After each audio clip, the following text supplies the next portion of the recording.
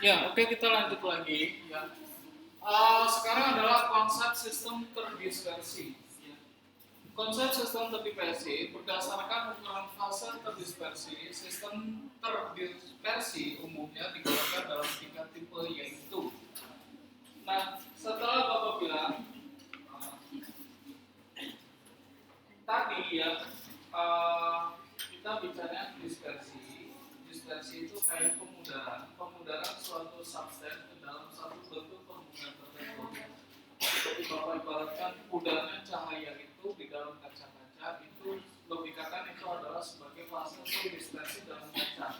Atau kalau kita mengkonsumsi suatu obat atau krim, obat itu masuk ke dalam, kemudian entah obatnya itu dalam bentuk zat kimia tertentu apa, kemudian terdispersi ke dalam lambung misalnya ketika kita mengobati lambung. Nah, konteks kemudian dispersi ini ada 3 macam. Ada dispersi molekuler, ada dispersi koloid, dan dispersi kasar. Batasan ukuran agak sembarang, tidak ada peralihan yang jelas antara dispersi molekuler dan dispersi koloid, atau antara dispersi koloid dengan dispersi kasar. Jadi gini, sebenarnya itu kayak strata ya, kayak tingkatan ya, tingkatan misalkan anak dewasa, misalnya tua, dewasa, ataupun anak kecil. Molekular dikatakan sebutlah ini sebagai tingkatan yang lebih spesifik kecil, artinya dia dalam strata molekul ya. Koloid berarti yang koloid dan kemudian kasar ya. Koloid dan kasar ini beda dalam bentukan wujud zatnya. Kasar itu berarti yang namanya kasar itu bukan gas, bukan cair, tapi dia adalah benda padat ya. Tapi kalau koloid, nah koloid itu biasanya campuran padat cair ataupun gas ya. Oke, kita lihat berikutnya. Nah, sekarang benar-benar ilmu partikel ya. Tadi dispersi, kita sholat ini membawa kalian dulu ke dalam bentukan dispersi itu ada apa saja sih? Tadi itu ada dispersi molekular, dispersi koloid, dan dispersi kasar. Nah, sekarang balik dulu sekarang ke partikel ya. Partikel itu benda kecil. Hal yang penting dalam suatu kumpulan partikel atau sampel polidispersi. Satu, bentuk dan luas permukaan partikel.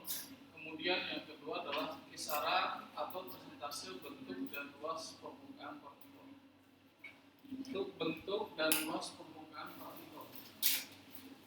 Ya gini, artinya gini. Bapak contohkan gini ya. Jalan ya.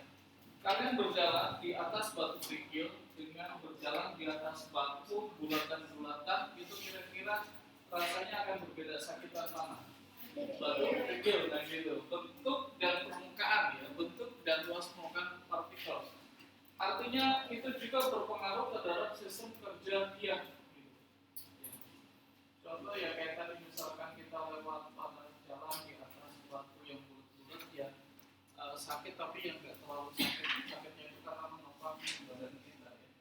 Kalau batu kerikil itu karena luas permukaan dia kecil, semakin kecil luas permukaan karena tekanannya semakin besar. Kalau tekanan semakin besar berarti semakin sakit kita merasakan di kaki. Nah seperti itu hal-hal yang penting yang kemudian kita harus pikirkan. Artinya juga ya, jadi gini, secara mikroskopik, secara ilmu partikel kecil, kita kalau kalian sempatkan misalkan buka kapsul,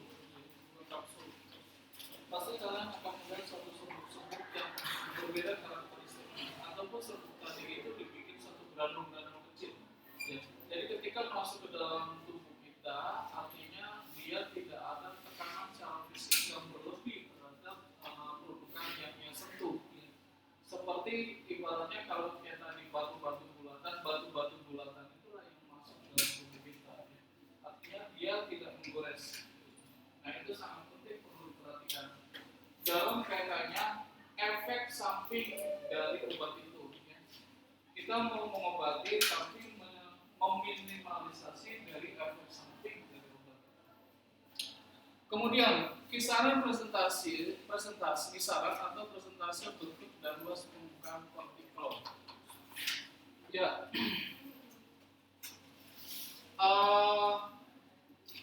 bentuk dan luas permukaan partikel. Yang karena semakin luas itu ya semakin banyak paparan yang dipegang, artinya ini luas kemudian berkaitan dengan shape ataupun bentuk bola biasanya dia lebih maksimum untuk bisa melewati semua luas permukaan. Tapi kalau bentuk lonjong dan sebagainya berarti ada persentase yang hilang ya. Artinya gini, kalian bayangkan bola dengan kalian bayangkan permukaan lonjong ya. Pasti probabilitasnya tingkat kemungkinan permukaan bola itu akan memampar seluruh permukaan yang lainnya itu lebih banyak dibandingkan permukaan lonjong gitu. Ngerti kan? Ya, kalau permukaan lonjong berarti kan kutub-kutub sini belum tentu dia mengenal. Gitu. Nah ini yang kita kaji itu adalah memperhatikan kisaran atau presentasi bentuk dan luas permukaan partikel. Artinya biar maksimum. Ya. Oke, kemudian berikutnya ini adalah klasifikasi ya, klasifikasi yang ada pada buku Martin. Judulnya adalah Classification of Dispersed System based on the particle size. Klasifikasi dari sistem terdispersi dari ukuran partikel. Ini ya dan sebagainya kalian bisa baca ataupun terjemahin ya. Artinya Martin ini sudah mengklasifikasikan beberapa partikel ukuran partikel ke dalam satu kelas ya. Ini molekul terdispersi, kemudian koloid dispersi dan ini kasar ya, dispersi kasar. Kalau tadi kita lihat jenis dispersi ada 3, molekul dispersi molekul, dispersi koloid dan dispersi kasar ya. Ukurannya adalah less than 1 nanometer. Masih di bawah 1 nanometer. 1 nanometer itu nano itu 10 pangkat 9. 10 pangkat 9 itu 1 yang dia apa 1 triliun 1 miliar. Jadi 1 meter dibagi 1 miliar. Kecil banget. Kemudian colloid dispersion itu from 1 nanometer to 0.5 micrometer. Dari 1/1 miliar dibagi 1/1.000.000. Mikro itu 10 power minus 6 atau 10 dibagi 10 pangkat 6. 10 pangkat 6 itu adalah 1.000.000. 1 dibagi 1.000.000. Dan kemudian ini greater than 0.5 micrometer di atas 0,5 mikrometer. Nanti batasannya di atas 1.000.000, 1/1.000.000. Dan seterusnya nanti bisa kalian baca ya. Artinya Bapak hanya mengembalikan membawa kalian ke dalam paparan ilmu partikel, ya ilmu partikel. Jadi gini, kalau Bapak bayangkan sekarang itu ibarat kalian lagi belajar tentang rumah-rumah, gitu. Bapak bawa kalian ini kalau rumah di klaster tuh begini-begini. Ini tipe 21 itu begini, kamarnya begini-begini. Ini kalau ini tipe 60 gitu. Ini tipe 120 dan seterusnya. Nanti ini ada kamar mandinya begini. Jadi apa yang Bapak bawa sekarang itu adalah paparan secara umum ya. Paparan secara umum tapi kemudian ke arah mindset farmasi gitu. Paparan secara umum kemudian itu kita Bapak kayak menggiring ke arah farmasi ya, sediaan farmasi ataupun obat ataupun hal-hal yang berkaitan dengan kefarmasian. Oke, bentuk partikel. Partikel semuanya dianggap sebagai suatu bentuk permukaan bola. Ya. Bola dengan volume Vd pangkat 3/6. ini sebenarnya ada marker nggak? Spidol.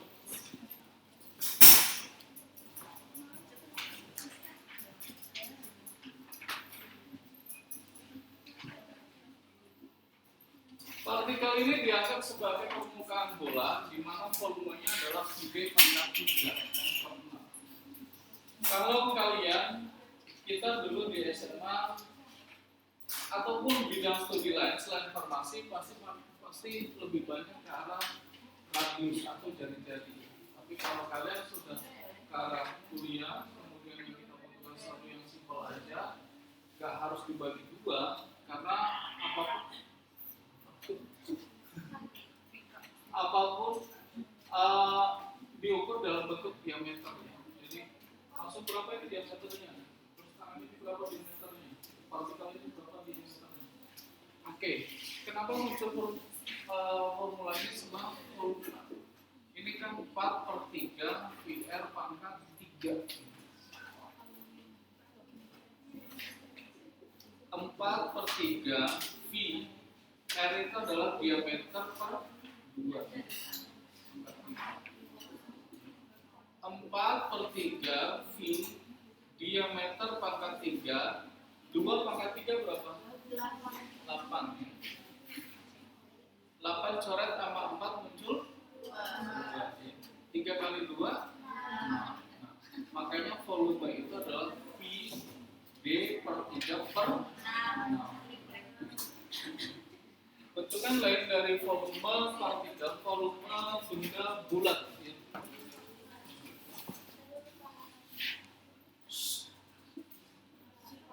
Oh, belum.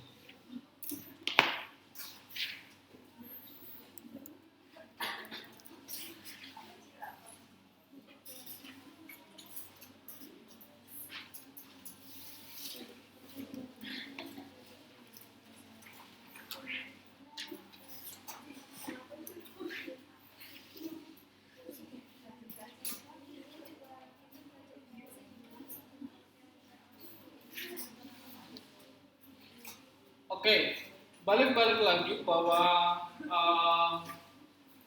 kalian kita ya dalam kaitannya bidang informasi ya, bicara ilmu partikel itu bicara seperti hampir 100% bicara tentang ilmu benda pada keadaan fase zat padat. Ya.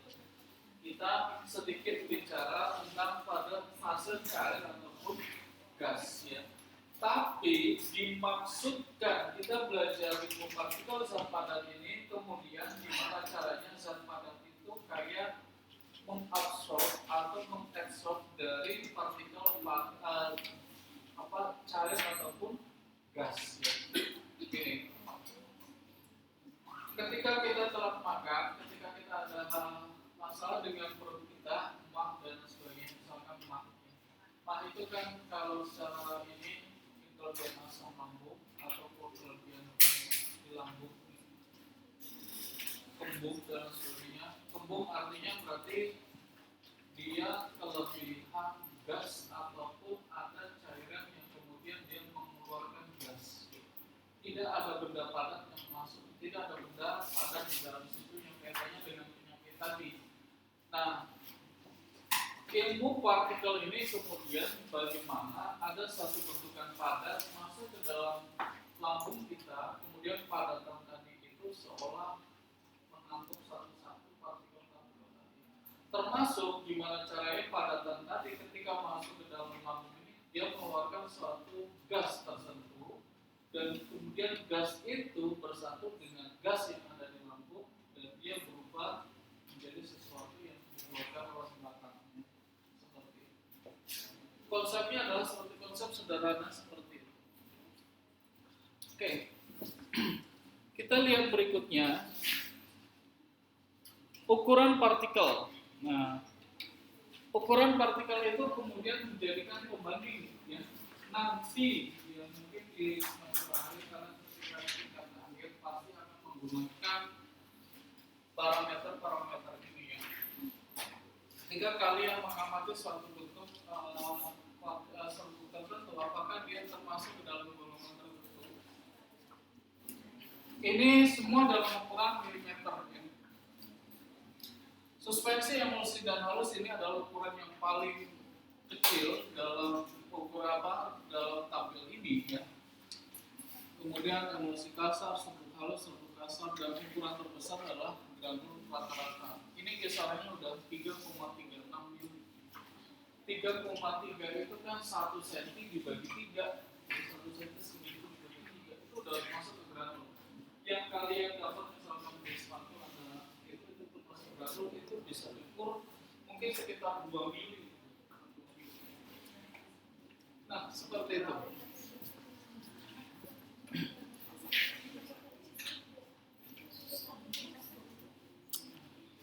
Oke, nah kemudian ini jelas-jelas ya. Ini jelas-jelas kita bicaranya sudah dalam paparan sediaan farmasi. Ya.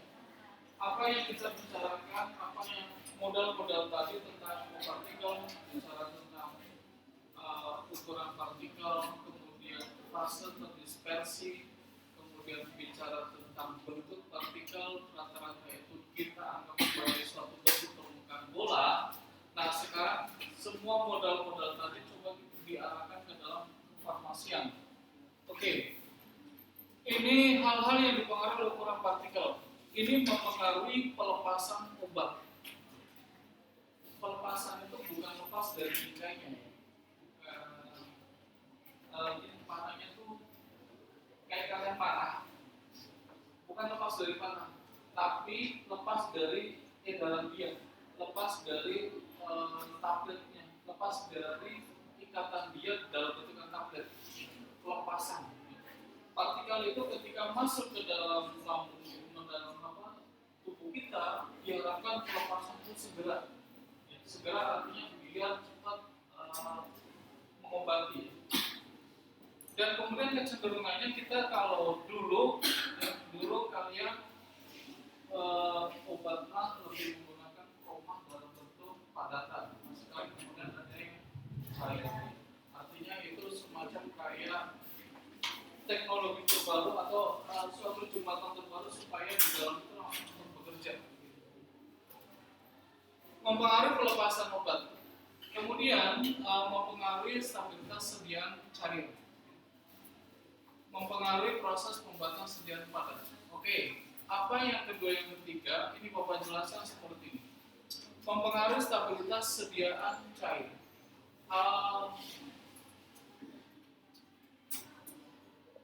Artinya gini, sediaan cair, mempengaruhi stabilitas sediaan cair. Artinya dia ya tidak dalam volume yang berlebihan. Sediaan cairan itu bisa berupa dia cairan yang ada fase-fase padat di dalamnya, ataupun dia hanya benar-benar cairan atau liquid tertentu. Ini Bapak contohkan.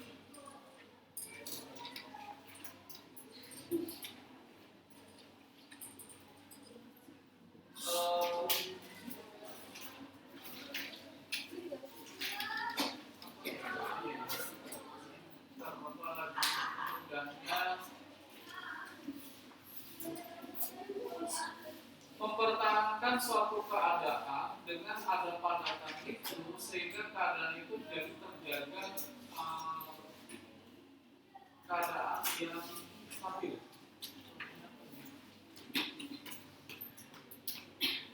Gini aja deh, Bapak contohkan model kelembaban udara aja. Kalian pasti di rumah punya kulkas. Terus dulu ataupun sekarang masih ada pembersih kulkas yang bentuknya kayak galon juga gitu. Lihat kan? Nah kayak gitu. Itu Bapak logika itu adalah fase kelembaban ya, kelembaban air di situ. Jadi mempertahankan kelembaban air di situ, kemudian di situ zat-zat yang tidak diperlukan, zat-zat yang bau itu besar dalam pembersihan gitu. Ngerti nggak? Artinya ada yang dijaga dengan padatan itu. Mungkin seperti juga kita ketika mengkonsumsi obat MAC, ya, padatan tadi itu seolah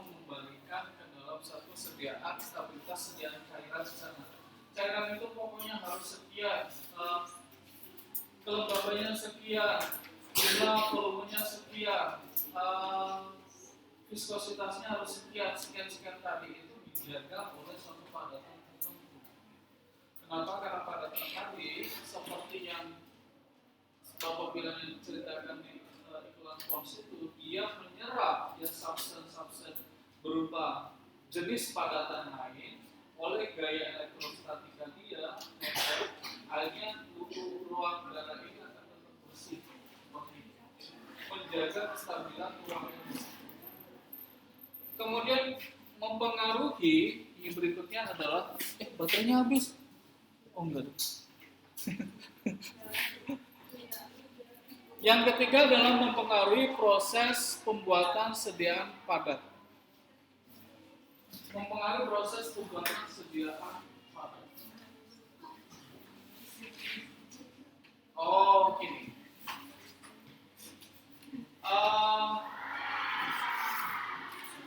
Kalian rata-rata dari kota semua ya? Oh, di kampung itu misalkan bikin, tapi di kampungnya ada yang baru bikin batu bata. Jadi pasti beda tuh ngambil lempung yang ini itu beda, dia tuh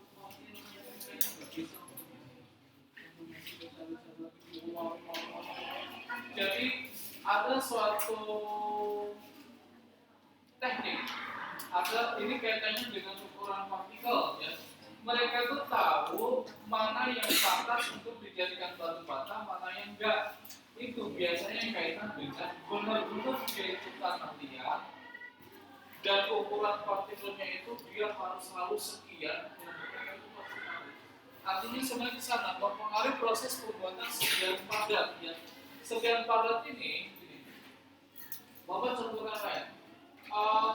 Lempung-lempung yang ukurannya kecil-kecil itu akan mudah dijadikan batu bata dibandingkan ada tanah itu yang mungkin tercampur dengan benda-benda lain, ada pasir, ada batu, kemudian ada sisa batu bata. Nah seperti itu kan lain. Maksudnya sediaan farmasi ini dengan padatan benda padat tertentu yang ukurannya sangat kecil itu akan mudah dijadikan batu bata, dijadikan sebagai sediaan pembatas sediaan padat dibandingkan yang tadi yang tadi itu sudah tercampur ada pasir, ada batu kecil, ada mungkin plastik di sana pasti akan lebih susah. Artinya itu ya sediaan padatan mempengaruhi proses pembuatan sediaan padatan dari ukuran partikel ya. Sama kayak gini kalian yang kuliah di sini pasti umurnya kisaran berapa? 20 ya? 14. 18 tahun. Oke. Akan mudah kuliah ini kalau usianya segini semua. Ya, coba bayangkan karena tiba-tiba ada anak kecil di sini. Ada nenek-nenek di sini. Beda. Untuk sediaan padat itu ukuran partikel itu sangat mempengaruhi. Ukuran kalian itu sangat mempengaruhi. Nah, seperti itu. Oke, kemudian nah, ini lebih spesifik lagi.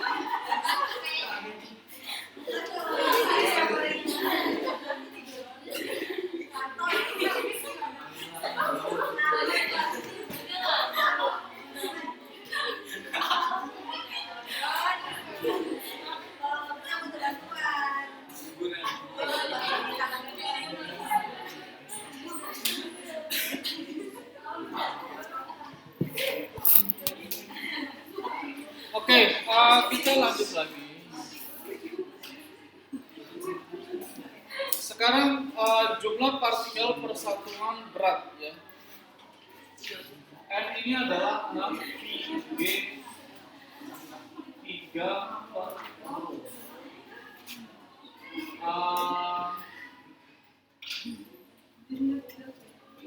Kalau kalian ingat tentang massa jenis,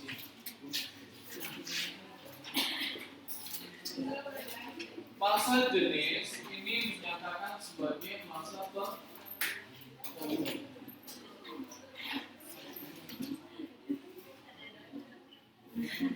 Maka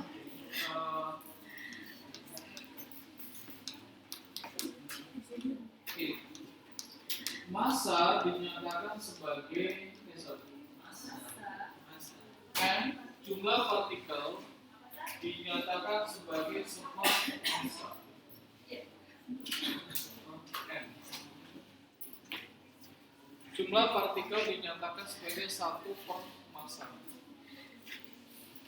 Dari formula ini, persamaan ini massa itu adalah massa jenis dikali volume.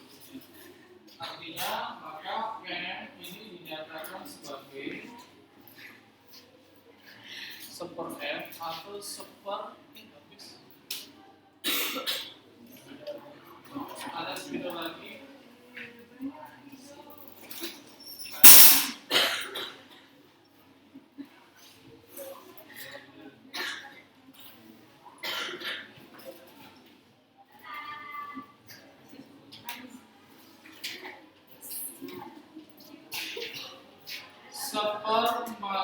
Seper massa jenis kali volume.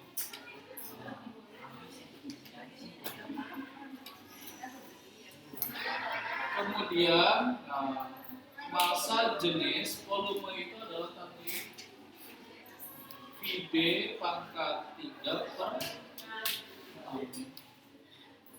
Jadi jumlah partikel dinyatakan sebagai 6 per 6 naik ke atas. Nah ini PD-nya di depan dikali.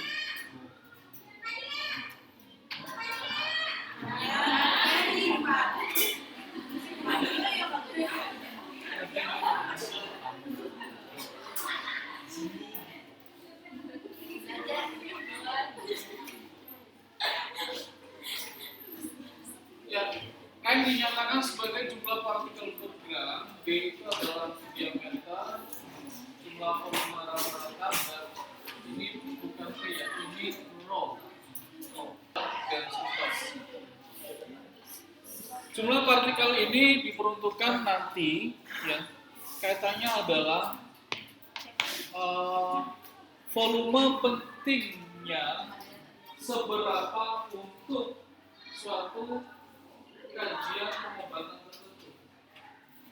Artinya larinya ke dosis sebenarnya. Kita kayak balik lagi bapak contoh gambarnya rumah. Kita kalau dewasa ya, biasanya kalau minum proma 1 kayaknya enggak cukup ya. Biasanya 2 itu biasanya berselang atau masuk 2. Artinya ini sebenarnya berkaitan dengan volume rongga dalam tubuh kita ya. Anak kecil nggak mungkin dikasih 2 apalagi lebih dari itu ya, sebesar-besarnya paling 1. Karena ini pengaruhnya adalah jumlah partikel. Sama kayak menempati suatu ruang.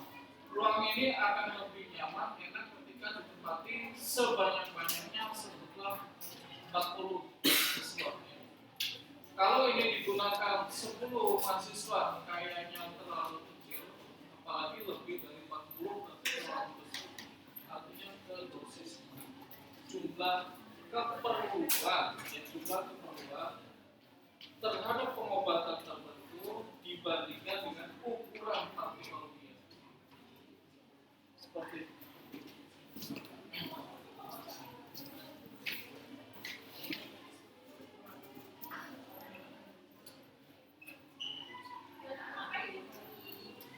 Nah, kemudian ada metode penentuan ukuran partikel, mikroskopis, pengayakan, dan sedimentasi.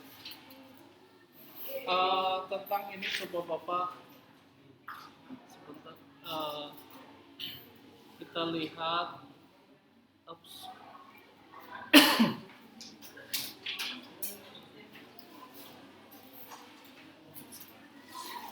yang video surface tension.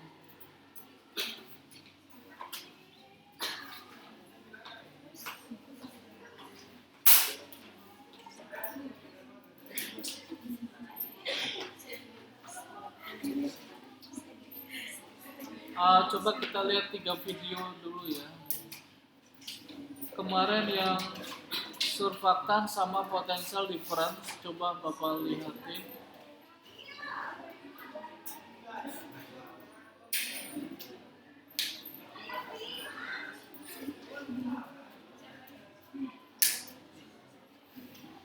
Oh, kita nggak ada itu ya. Bis main yang bagus itu enggak ya.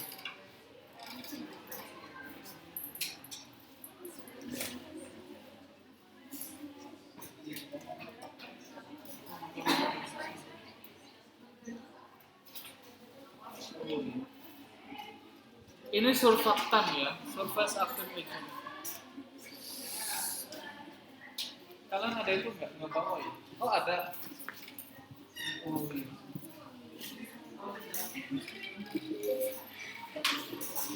Oh yes, sinkronis. Pakai Bluetooth.